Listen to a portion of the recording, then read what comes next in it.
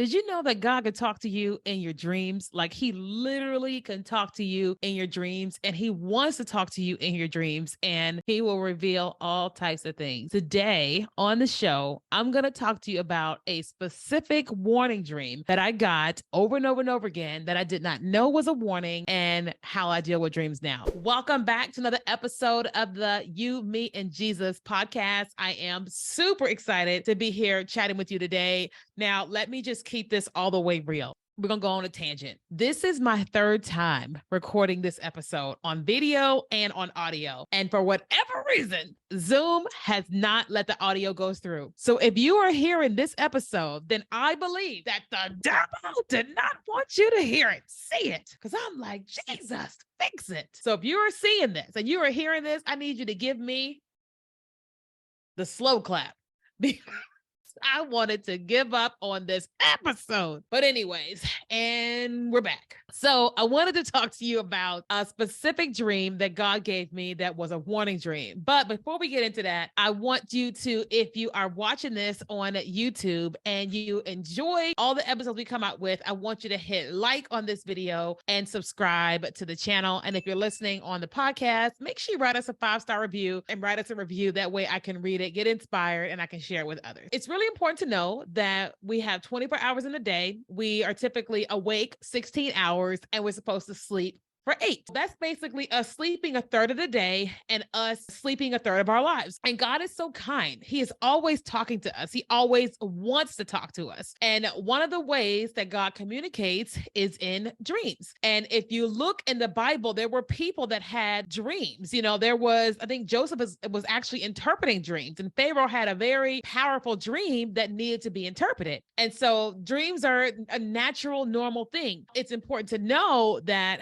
when you have dreams at night, you get them from 3 different sources. One, it could be a soul dream. And a soul dream is basically where it's you, it's your soul is dreaming. And then a second one is from the devil. The devil can give you demonic dreams. And then third, God can give you dreams. But now it's really important to note that whether a dream was from God or not, all 3 of them are actually telling you something. If you have a soul dream, then what's happening is that you can see what it is that your soul is thinking or feeling or experiencing, because sometimes we are completely unaware. And so a dream can tell you that. A demonic dream, while the devil may be invading your dreams, acting a fool, it will also tell you, here's what the devil is doing. Here's what he's trying to do. And it gives you eyes to see and ears to hear. So now you can handle whatever it is he's trying to do, or God can give you strategies and wisdom on what to do to keep whatever he's trying to do from happening per se. And then third, when God gives you a dream, he's trying to tell you something, whether it's prophetic, whether it's a calling dream, whether it's a warning dream. It could be a lot of different things that God is trying to tell you, but all dreams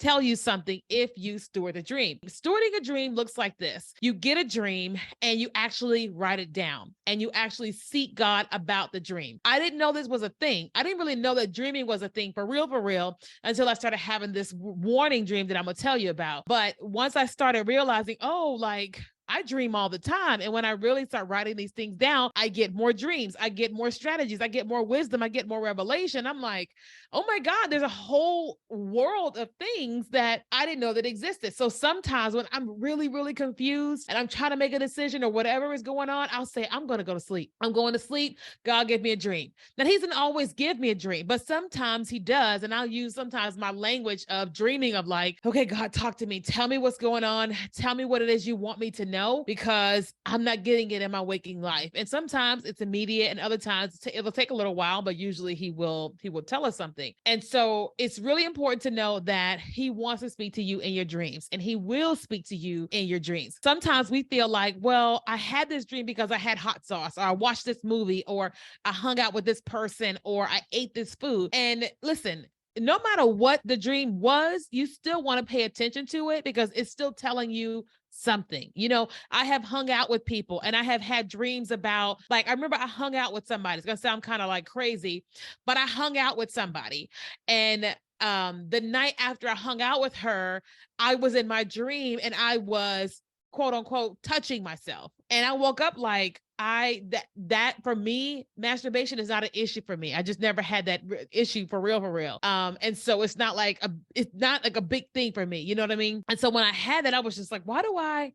And I said, oh. So then I asked God, I was like, God, what is going on? He goes, well, she has a really hard time with that. And so I'm inviting you to just pray for her. I did not tell her I had that dream about her. I didn't text her and say, girl, I'm praying. No, I just started praying for her because God was like, she's struggling in this area. And then you sensed it, which is why you had that dream. Sounds kind of deep. Sounds like what? God is so kind to just invite me to pray for my friend who is struggling in that particular area. Let's kind of talk about this dream, this warning dream that I got that could have changed my entire life. Prior to getting with my ex-husband, I had not really had many dreams at all. The only dream I had ever had was of me preaching at a conference. It was my conference and thousands of people were there and I was preaching. That's the only dreams I've ever had that I can remember. But after I got kind of serious with my ex-husband, we were dating, I kept having this dream. And it was as if I was like a drone. Like, you know how you can have this like aerial view over top and you can see below. So in this dream, I could see below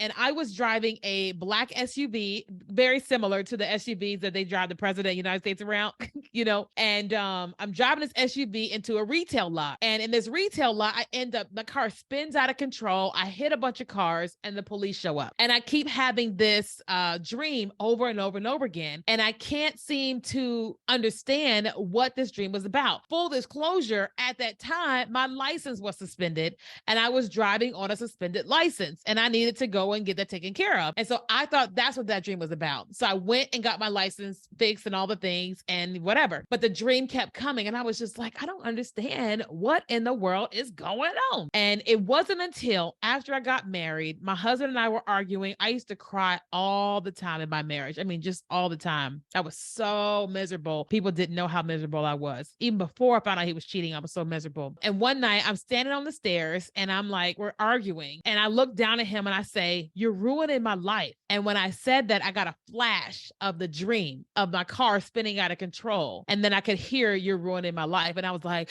I realized that I was not supposed to be with him. And so being with him was having a negative impact on my life, which it was in so many different ways. Quote unquote, it was too late, you know, because I was already married to him. But what I realized was that had I actually stewarded the dream, if I had actually asked God about the dream, what was going on, I may have not got married to him. Now, I can't say that if I was like really far along and engaged and all that I wouldn't have married him, but I was getting it pretty early on in our relationship. I don't think that I actually would have married him if I really understood the depth, the gravity of that dream of what God was trying to tell me. I just had no idea. For years, I was really mad at God about it because I was just like, why would you speak to me in hieroglyphics? Why would you not just tell me what it is that you're trying to tell me? Why would you talk to me that way? And then, you know, years later, I learned the scripture, which is Proverbs 20:25-2. It is the glory of God to conceal a matter, to search a matter out is the glory of king. Another translation is, it is God's privilege to conceal things and the king's privilege to discover them. And what that basically means to me is that God will conceal a thing. He'll tell you something and he invites you to come and be with him to like uncover it, to like discover it. But it's when we don't actually seek him that we can't actually discover it. And that's what happened to me. I didn't seek him, so I couldn't discover it. And here I was dealing with what I was dealing with as it pertains to marriage and all that type of stuff. And so nowadays, when I'm having dreams, I pay very close attention.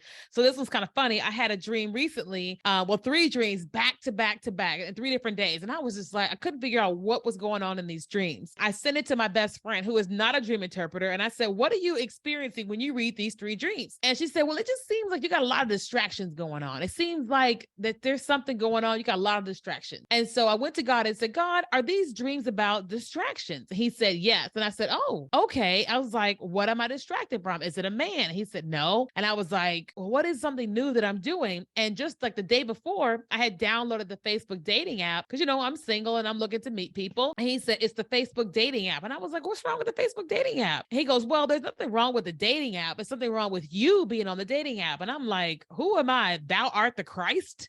You know what I'm saying? And he's like, no. He said, here's what I heard. I hate saying this. He said, that the dating apps are not for you. They're actually going to hurt you more than they are going to help you, because it's going to mess with your self-esteem, and you're going to meet these different men who mean you no good. And I was like, so you're telling me I had 3 dreams back to back to back because you didn't want me on the dating app? Yes. And I was like, okay. So I deleted the app, and I realized, okay, God is so kind yet again to keep me from hurting myself, from being with the wrong people or messing with my whatever. You know what I'm saying? I'm not a perfect Christian by any means. Nowadays, just if I'm having dreams, I'm like, okay, something is going on here, and I write it down. And so typically what happens to me is when I wake up in the morning, I'm like, oh, I had a dream. And what I learned over the years is that if I don't write that dream down immediately, I forget it. And so now when I wake up and realize I had a dream, I grab my phone, go into the notes tab, and I speak my dream into my notes so I can capture it. And then when I go have my quiet time and I'm journaling, then I'll write down the dream. And so I have this thing. I said, okay, when I get married one day, what I am going to do is, before I get married, I'm going to tell this guy, hey, there's this thing that I do. So I dream a lot at night. And when I have a dream and I wake up in the morning, the first thing I have to do is write it down. If you see me wake up in the morning and grab my phone and you see me speaking into my phone, I'm trying to get this dream out so I don't forget it. And I believe that the man that I'm going to marry, he will appreciate that, hands down. You know what I mean? But that's like a thing for me. Dreams for me have increased because I feel like I take them seriously. I quote unquote steward those dreams. And so if you're someone and you're saying to yourself, like, I dream at night or I dream sometimes, but how do I learn how to interpret dreams? Well, the way that I learned how to interpret dreams was I went to a dream school at a church. It's like biblical dream interpretation. But also I went onto YouTube and I watched all of John Paul Jackson's videos. The show is called Dreams and Mysteries. I mean, life-changing when you listen to watch his show. And I bought a bunch of DVDs and a bunch of CDs from John Paul Jackson, and it changed my life to where how I look at dreams nowadays and how I can interpret my own dreams. And sometimes when people tell me their dreams, I'm like, what? And I can ask more questions then to help them to uncover, hey, this is what your dream is saying, this, and this was going on in your life. So, I'm able to help them with that. Like, if you really want to start stewarding these dreams, one, you got to start writing them down. And then number two, you got to learn how to interpret dreams. You can't just go on Google and type in black cat, or whatever. You know what I'm saying? You got to like really start like coming to understand the wholeness of the dream, and not just one item in the dream or a coat or a color or a cat or a dog in a dream. There's like the whole dream. Okay. I hope you enjoyed this episode. If you did, make sure you hit like and subscribe on this video. And if you want to watch the video podcast and you're on the podcast, come to the YouTube, and our channel on YouTube is You, Me, and Jesus. If you want to listen to the podcast, it's on all podcast players under You, Me, and Jesus. And so thank you so much for watching and listening. If you're loving the podcast on YouTube, make sure you go and listen to it on the go on iTunes, Spotify, Google Play, and Stitcher.